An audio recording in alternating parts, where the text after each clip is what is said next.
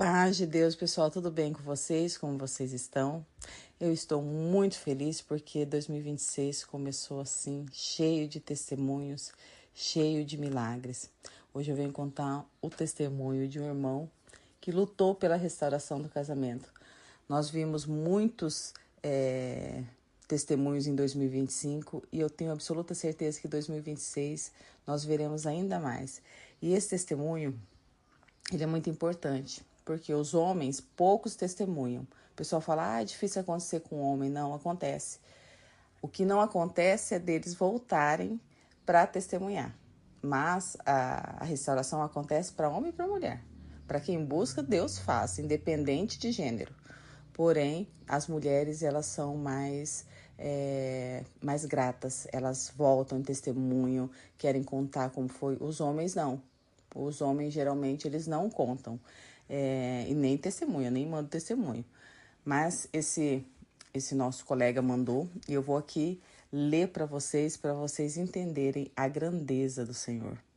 Ele começa assim: Olá, irmãos e irmãs de fé. Hoje, ainda que de forma tardia, venho compartilhar o meu testemunho de restauração e do agir de Deus na minha vida. Confesso que no início o medo bateu forte, mas hoje só posso glorificar a Deus pela maravilha e pela salvação que Ele realizou no meu casamento. Meu nome é Roosevelt, tenho 43 anos, sou casado com a Cíntia de 41 anos. Estamos casados há 13 anos e temos 3 joias fruto dessa união, um menino de 11 e o casal de gêmeos de 6 anos. O testemunho que compartilho hoje refere-se a um deserto de quase 2 anos, marcado por muita agonia e sofrimento, mas que hoje me permite exaltar o nome de Jesus Cristo, o Salvador. No final de 2008, mudei da minha cidade natal, no interior de São Paulo, com cerca de 15 mil habitantes, na região do fundo do vale, para Taubaté, no centro do Vale do Paraíba. Tomei essa decisão com o intuito de seguir minha jornada profissional, pois na região onde eu morava não havia oportunidades de crescimento. Naquela ocasião, quando vim para Taubaté, eu estava em um relacionamento de 9 anos com outra pessoa, mas nossas agendas estavam sempre desencontradas e já não havia mais sentimentos. Assim, houve o rompimento.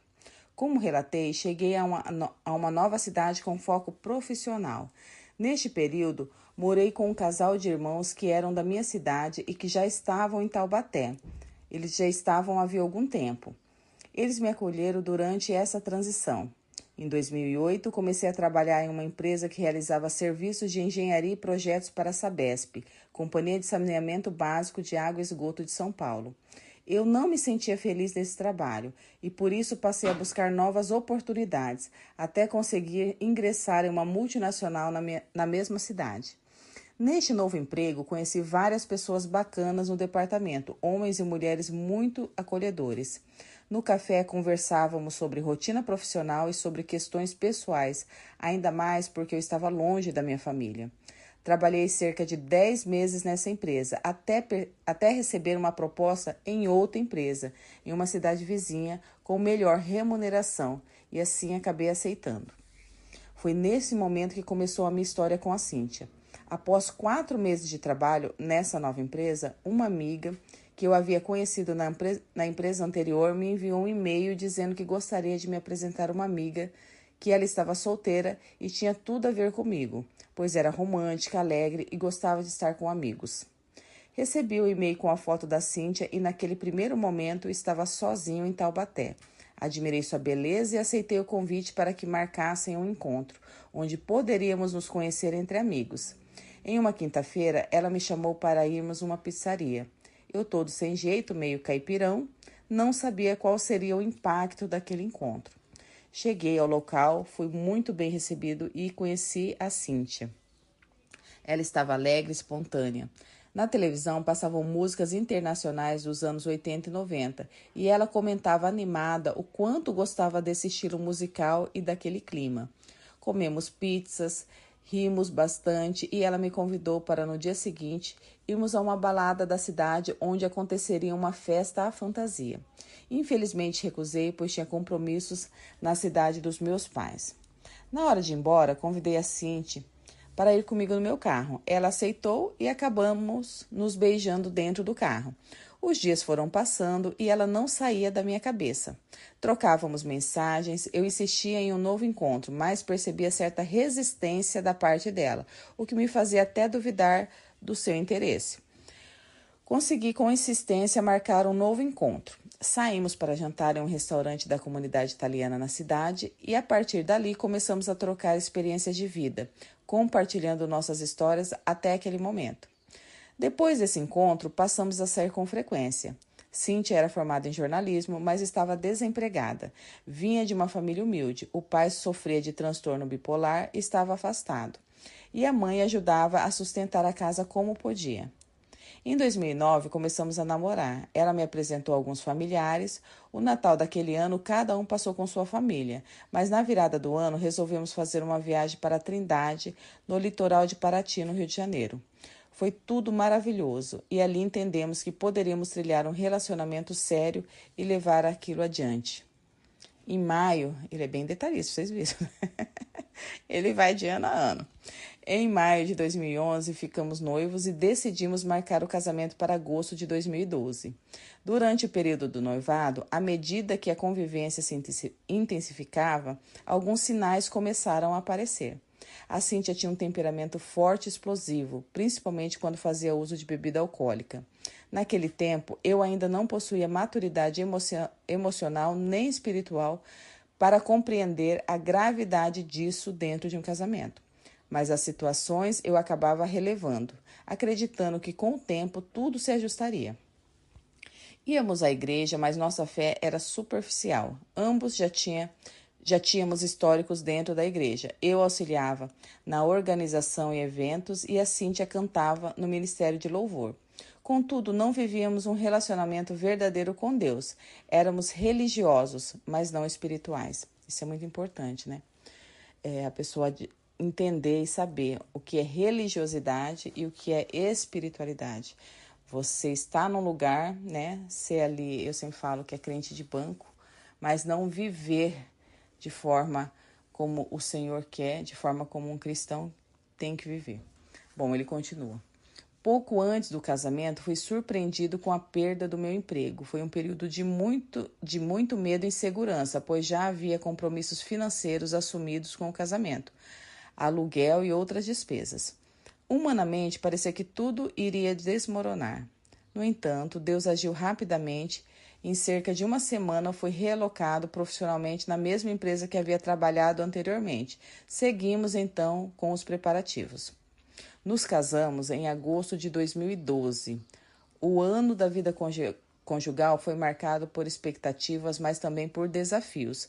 Minha vida profissional começou a crescer, passei a viajar com mais frequência a trabalho e, posteriormente, fui aprovado para lecionar como professor universitário, dando aulas no período noturno em outra cidade. Minha rotina se tornou extremamente puxada, o que começou a gerar desgaste e distanciamento no nosso relacionamento. As discussões passaram a ser constantes. Havia dificuldade de diálogo, cobranças excessivas, a Cíntia tinha dificuldade na cozinha, sempre me sobrecarregando, desequilíbrio emocional e ameaças frequentes de separação. Muitas vezes, para evitar conflitos maiores, eu me calava, engolia a dor e seguia tentando manter a família unida, mas isso apenas acumulava feridas. Em 2014, Deus nos presenteou com o nascimento do nosso primeiro filho. Foi um momento de grande alegria e esperança. Tentamos nos reaproximar, buscamos ajuda e chegamos a participar de um grupo de casais na igreja. Porém, ainda não havíamos colocado Deus verdadeiramente no centro do nosso casamento. Continuávamos tentando resolver tudo com as nossas próprias forças. Em 2015, enfrentamos um período muito difícil. Minha mãe adoeceu gravemente com AVC, que deixou sequelas. Diante da situação, trouxemos meus pais para morarem perto de nós em Taubaté, para que pudéssemos cuidar deles mais perto. Essa nova realidade trouxe um impacto emocional, físico e estrutural muito grande para dentro do nosso lar, aumentando ainda mais o cansaço, a pressão e os conflitos já existentes. Vocês imaginam, né? O casamento já não estava bom, daí trazendo os pais, lógico que não teria como deixá-los, né, longe, né, até pelo cuidado. Mas aí entra a questão de realmente ter Deus dentro do relacionamento para que mais uma carga não seja excessivamente difícil para o casal. Ele continua. Com o passar do tempo, em 2017, a Cíntia decidiu realizar uma cirurgia bariátrica. Ela não tinha indicação médica real para realizar o procedimento, pois o peso era pouco acima do peso ideal, mas ela não conseguia seguir uma dieta regular e academias. Optou em engordar para passar por esse procedimento. A cirurgia trouxe mudanças físicas importantes, porém o processo emocional foi extremamente delicado. Após a bariátrica, surgiram inseguranças profundas, oscilações de humor e fragilidade emocional, o que intensificou ainda mais os conflitos dentro do nosso casamento. Eu, por minha vez, não soube lidar com essa fase da maneira correta. Em vez de acolher e sustentar emocionalmente, muitas vezes me afastei, o que contribuiu para o aumento da distância entre nós. As brigas continuavam, quase sempre acompanhadas da palavra separação. O ambiente dentro de casa se tornava cada vez mais pesado e instável. Ainda assim, seguimos, acreditando que tudo aquilo iria passar com o tempo. Mas o que ainda estava por vir exigiria um nível muito mais profundo de quebrantamento e dependência de Deus.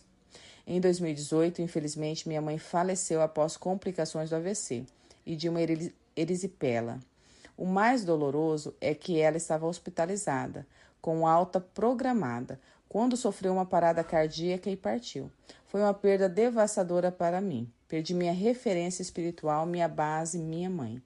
Geralmente, quando a pessoa que está internada, ela melhora, parece que é uma despedida. Geralmente, logo após, a pessoa falece. Bom, ele continua. Em meio a esse luto, recebemos a notícia de uma gravidez. Aquela vida trouxe esperança em um momento de tanta dor. Porém, pouco tempo depois, perdemos o bebê em um aborto espontâneo, com cerca de 3 meses de gestação. Foi mais uma perda, quase insuportável. Estávamos enterrando minha mãe e, ao mesmo tempo, lidando com a perda de um filho que não chegaria a nascer. Alguns meses depois, Deus nos surpreendeu novamente. Descobrimos que seríamos pais outra vez, para nossa surpresa, de gêmeos. A notícia trouxe alegria, mas também medo e insegurança, pois ainda estávamos emocionalmente feridos por tudo que havíamos vivido.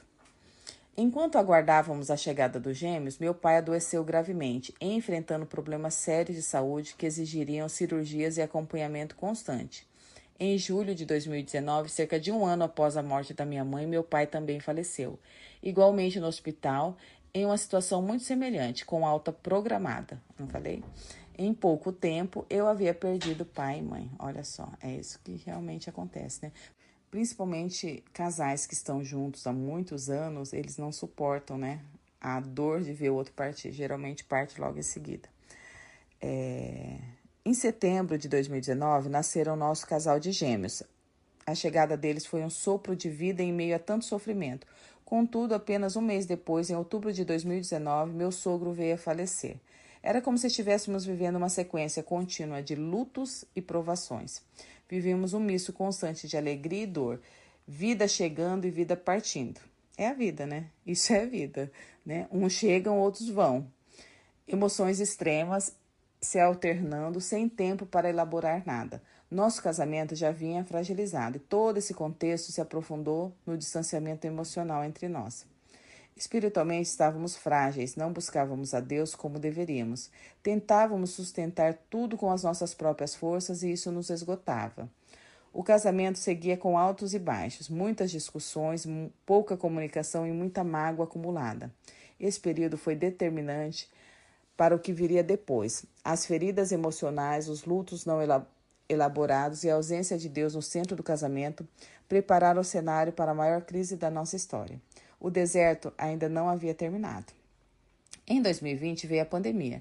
Ficamos confinados dentro de casa, um período que curiosamente diminuiu algumas brigas no início. Talvez pelo medo coletivo e pela necessidade de adaptação. Porém, eu não me sentia bem ficando apenas em casa e comecei a ir com mais frequência para a empresa. Internamente, eu já não sentia prazer em voltar para casa, embora amasse meus filhos. Nesse período, minhas finanças começaram a apertar. Eu já não dava mais aula na universidade, a renda havia diminuído. Foi um ano muito difícil, de sobrevivência emocional e financeira, mas conseguimos atravessar. Em 2021, com a queda da pandemia e o mercado tentando se reorganizar, comecei a enfrentar problemas no ambiente de trabalho. Eu já não estava satisfeito profissionalmente. Foi então que surgiu a oportunidade de trabalhar em uma grande empresa do agronegócio no segmento de café, isso em Guarulhos, em São Paulo. Fui aprovado e iniciei em setembro de 2021. O salário era melhor e em apenas 4 meses fui promovida a gerente executivo nacional, respondendo diretamente a um dos donos da empresa.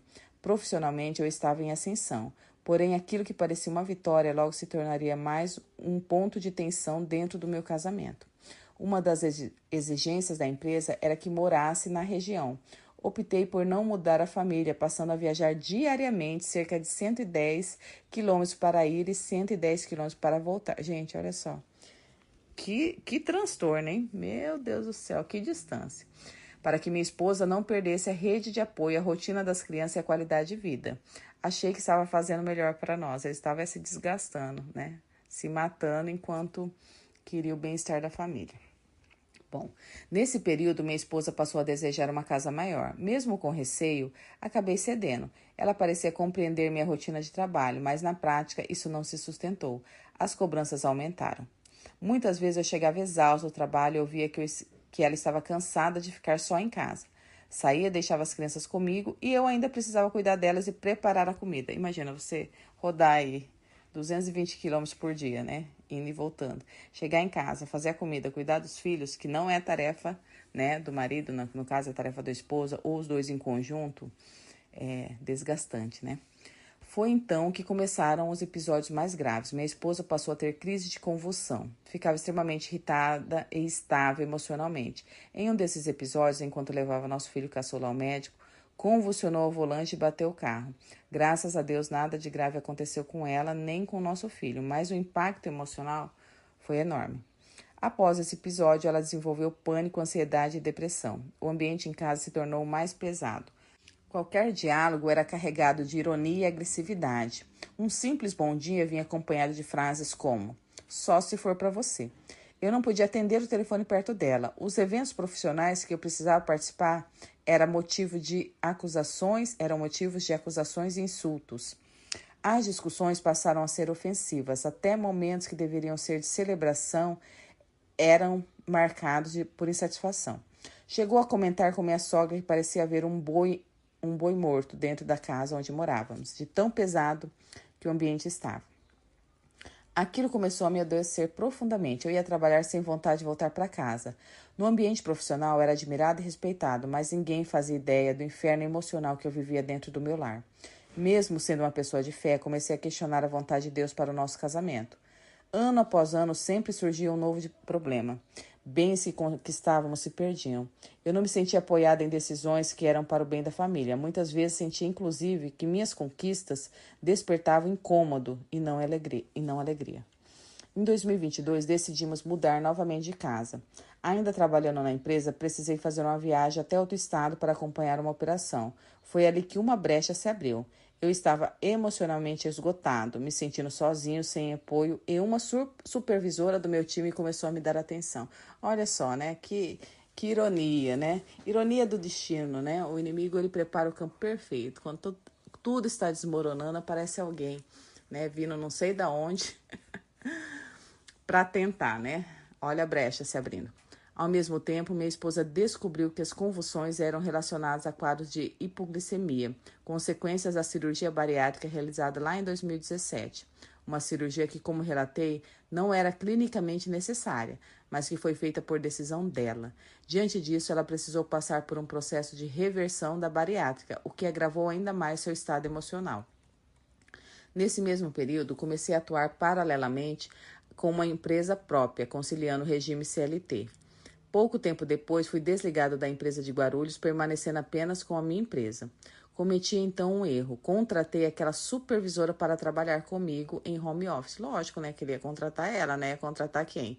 Olha só, a brecha se abrindo, né? O abismo se abrindo.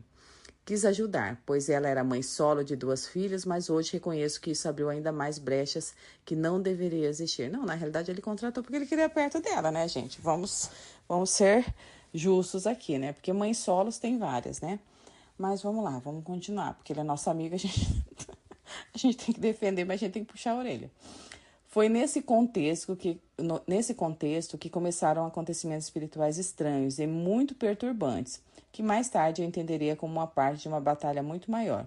O casamento já estava à beira do colapso. Em 2023, tudo aquilo que vinha sendo acumulado ao longo dos anos explodiu de forma abrupta e dolorosa. Em uma noite, minha esposa pegou meu celular e viu as mensagens que não a agradaram. Relacionada a quem? A quem adivinha? Vamos adivinhar? A supervisora do outro estado. Mesmo eu explicando que não havia relação física, aquilo foi suficiente para desencadear uma fúria descontrolada. Na realidade, a traição ela vai além, né, da relação física, não é só isso, né? Começamos a discutir dentro do quarto e a situação saiu completamente do controle. Ela passou a me agredir fisicamente e quando eu tentei apenas me defender sem intenção alguma de machucá-lo, meu dedo acabou resvalando em seu rosto. Aquilo foi estopim para algo mais grave. Em um acesso de raiva extrema, ela pegou uma faca e partiu para cima de mim. Olha só, né, como que o inimigo é terrível, ele sabe, né, usar as artimanhas. Nossos filhos quase presenciaram uma tragédia. Naquele momento, o instinto de sobrevivência falou mais alto. Saí correndo da casa em desespero e fui para a casa da minha sogra. Ali estava completamente quebrado, sem entender como nossa história havia chegado àquele ponto. No dia seguinte, tentei conversar com minha esposa, mas não consegui. Tive acesso apenas às minhas coisas, que já estavam separadas fora de casa. Era como se eu tivesse sido expulso da minha própria vida. Entrei em contato com amigos, buscando algum consolo. Muitos diziam que tudo iria passar, mas dentro de mim a dor só aumentava. Nesse período, minha esposa chegou a entrar em contato com a outra mulher, buscando detalhes. Essa mulher afirmou que não havia nada além de trabalho e chegou a dizer que nós deveríamos refletir, perdoar e tentar consertar o casamento. Fiquei cerca de 5 dias na casa da minha sogra e ali tive a consciência de duas coisas muito importantes, muito fortes. O quanto a dor pela perda dos meus pais ainda estavam dentro de mim e o quanto eu ainda amava minha esposa apesar de tudo. Minha sogra, sempre defensora da família, pediu que minha esposa me aceitasse de volta em casa. Ela aceitou, mas deixou claro que seria apenas pelos filhos. Voltamos a conversar, mas tudo era frio, distante e mecânico. Não havia amor, apenas convivência forçada. No dia a dia, ela constantemente jogava na minha cara que eu estava com outra pessoa. Eu sempre negava. Chegou a dizer que se eu tivesse direito, ela também teria. A indiferença dentro de casa passou a me matar por dentro. Ela era fria, grossa, humilhante. Eu me senti invisível. Foi nesse período que comecei a buscar mais a Deus. Um amigo passou a me buscar quase todos os dias e me levava à igreja que ele congregava. Ali eu sentia algum alívio em paz, uma paz momentânea. Mas quando voltava para casa e ficava sozinho, o desespero tomava conta novamente. Nesse mesmo tempo, uma pessoa que eu conhecia havia cerca de 7 anos, de um antigo emprego, começou a me enviar mensagens, dizendo que minha vida tinha um propósito, que eu precisava aceitar certas coisas para que tudo entrasse no eixo. Foi assim que ela me convidou a ir a Umbanda, dizendo que aquele era o meu lugar. Olha só, no desespero a gente aceita tudo, né? Olha, ele foi lugar que ele nunca tinha ido. Ele aceitou porque ele queria uma solução rápida. Ele continua, eu aceitei e fui uma noite. Confesso que me senti extremamente desconfortável, aquilo não fazia sentido para a minha fé. Voltei para casa ainda mais confuso espiritualmente. Minha esposa estava pior, proferindo palavras de baixo calão, agressiva, parecia fora de si. Aquela noite foi muito ruim e eu estava completamente perdido. Eu era católico, já havia frequentado a igreja evangélica e agora tinha ido a Umbanda. Estava sem direção, com uma tristeza profunda no peito e uma sensação constante de opressão. Foi então que um amigo que havia passado por problemas semelhantes no casamento me indicou algo que mudaria a minha caminhada. Ler e ouvir testemunhos de restauração de casamento. Por isso que eu falo que os testemunhos são importantes. As pessoas, quando têm um casamento restaurado, elas, para a dor, elas não se importam mais. Elas não testemunham. E olha só, um testemunho, ele chama outro testemunho. É importante para quem está na caminhada, para acreditar que realmente é possível e principalmente para a gente glorificar a Deus.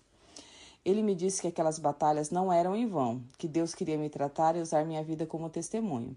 Nesse período, ele me indicou o blog Restaurar Casamentos, da Sol. Ansioso e desesperado, comecei a ouvir testemunhos, ler relatos e isso foi acalmando meu coração.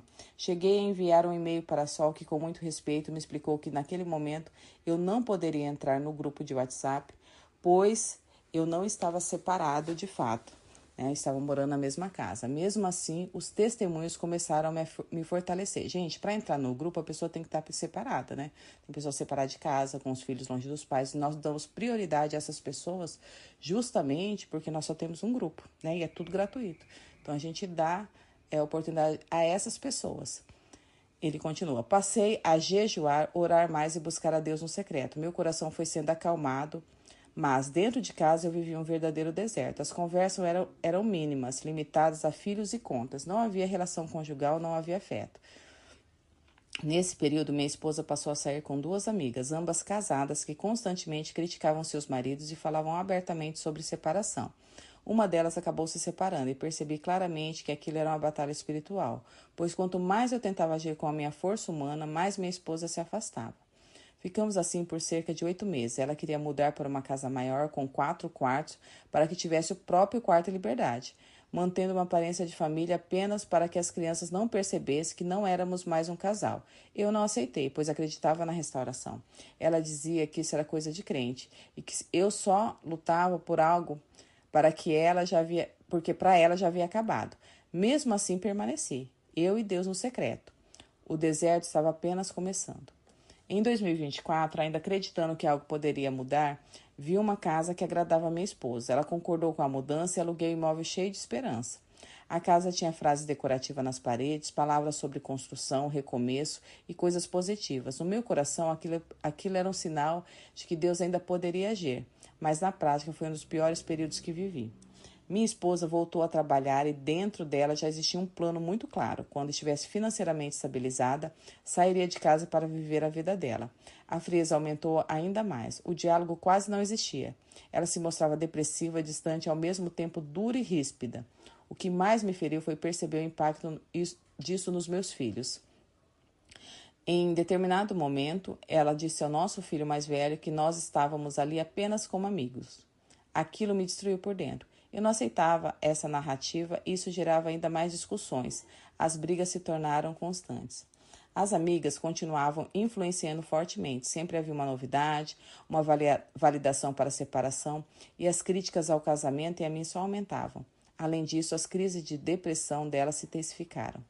Como eu trabalhava em casa, vivia diariamente dentro deste ambiente pesado. Além de lidar com o distanciamento emocional, eu cozinhava, cuidava dela e das crianças. Mesmo fazendo tudo o que podia, aquilo começou a me adoecer profundamente. Claro, não era o seu papel, né? O seu papel era suprir. Mas você estava ali fazendo o seu papel dela, tentando, né, chutar no gol e ser o goleiro para pegar. Não ia dar certo mesmo. Foi neste período que voltei com mais intensidade ao jejum e à meditação da palavra. No fundo, eu sabia, aquela não era a mulher que eu havia conhecido. Eu tinha cada vez mais convicção de que não se tratava apenas de comportamento ou má vontade, mas de uma batalha espiritual real. Nada do que eu fazia funcionava. Presentes, mudanças, tentativas de agradar, tudo era rejeitado. A frase que eu mais ouvia era: com você eu não volto mais. A dor de imaginar minha vida sem minha esposa e meus filhos todos os dias era insuportável. Eu já havia perdido meus pais, agora parecia que perderia minha família inteira.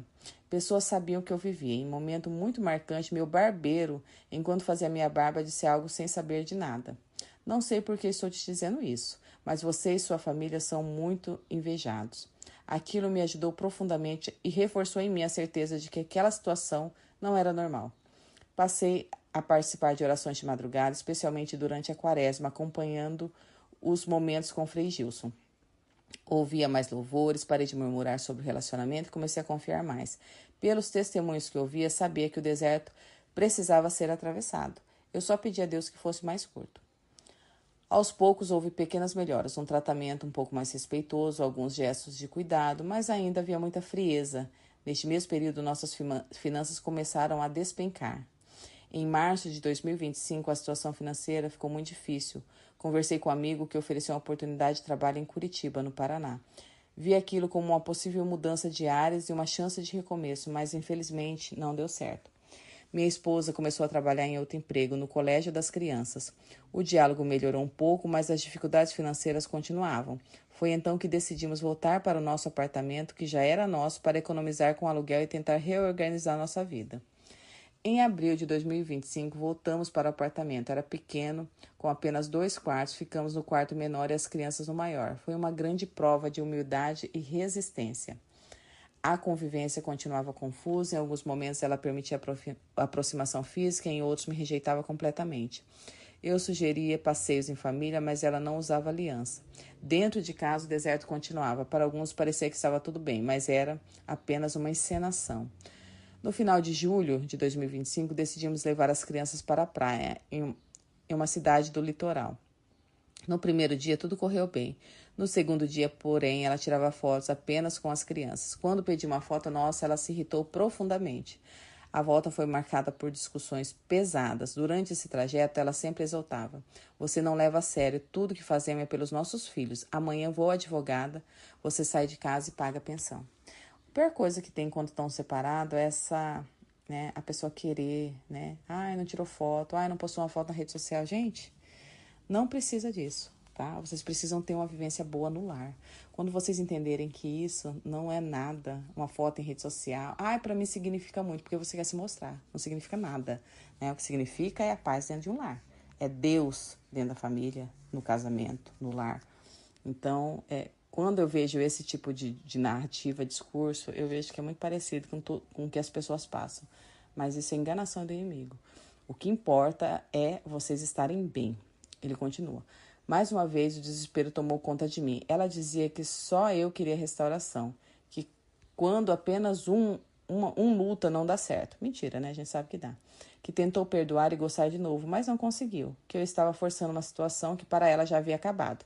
Dessa vez ela falou também com a família dela. Minha sogra, apesar de apoiar a decisão da filha, ainda me consolava, dizendo que para Deus nada é impossível.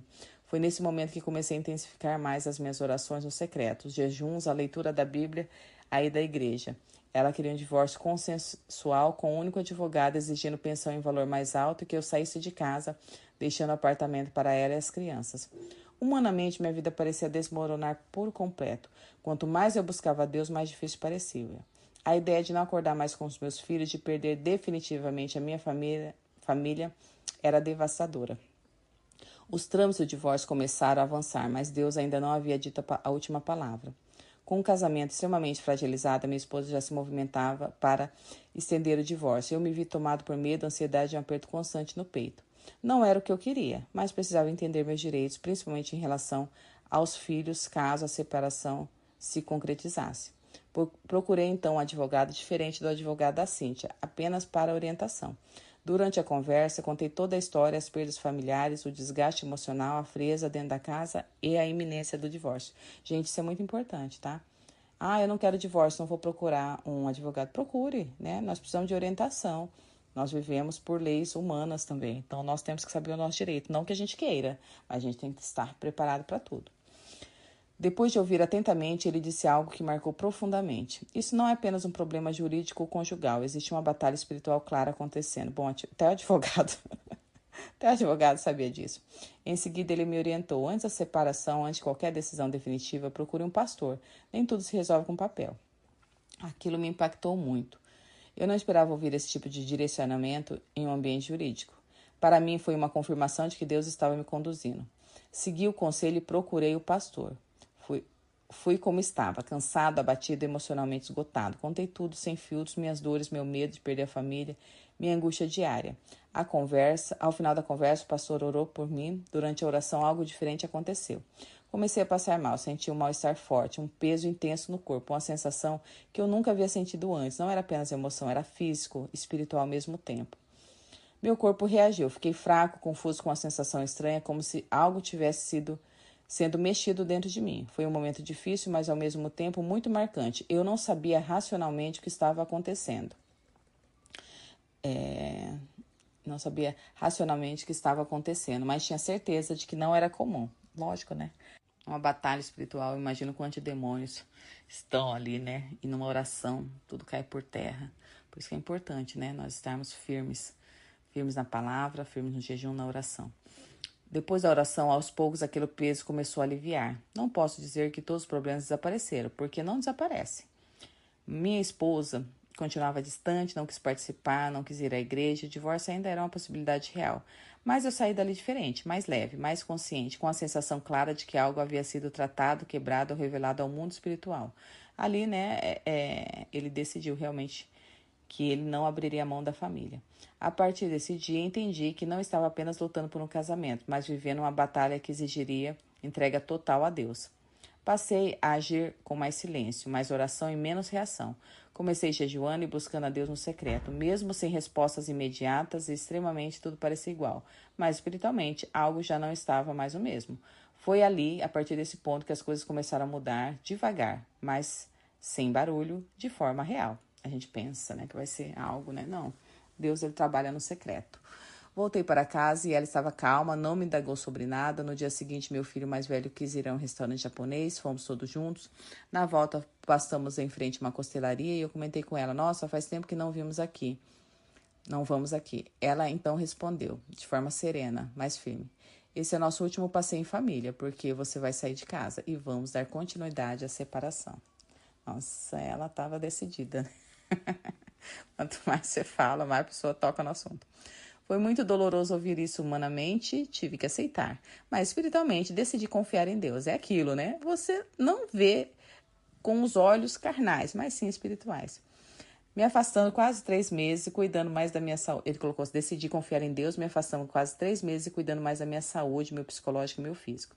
Em setembro de 2025, pedi novamente a Sol para entrar no grupo de restauração de casamento. Ela gentilmente me ajeitou, lembrando que ele disse que estava sozinho. Ele não disse que estava morando junto, ele disse que agora estava separado. Ali pude acompanhar relatos, testemunhos, compartilhamento de informações muito importantes que me ajudaram a seguir nessa caminhada do deserto. Tudo aquilo foi complementar e muito rico para o meu entendimento, principalmente por eu estar morando junto há quase 2 anos e, ao mesmo tempo vivendo cerca de 3 meses de distanciamento emocional com uma separação praticamente concretizada. A Cíntia continuou com os trâmites do divórcio e voltou para a primeira advogada indicada por uma amiga. Eu, por minha vez, demorava para evitar enviar alguns documentos. Ficaram ali pendentes apenas os extratos bancários e eu acabava enrolando. Ela, muito nervosa e tomada pela raiva, já ameaçava levar o processo para o litigioso. Eu não aceitava aquela situação, mas também não brigava. Permaneci em oração. Ele entendeu, ó. Não vou brigar com ela. Ela não é a minha inimiga. É isso que vocês têm que entender.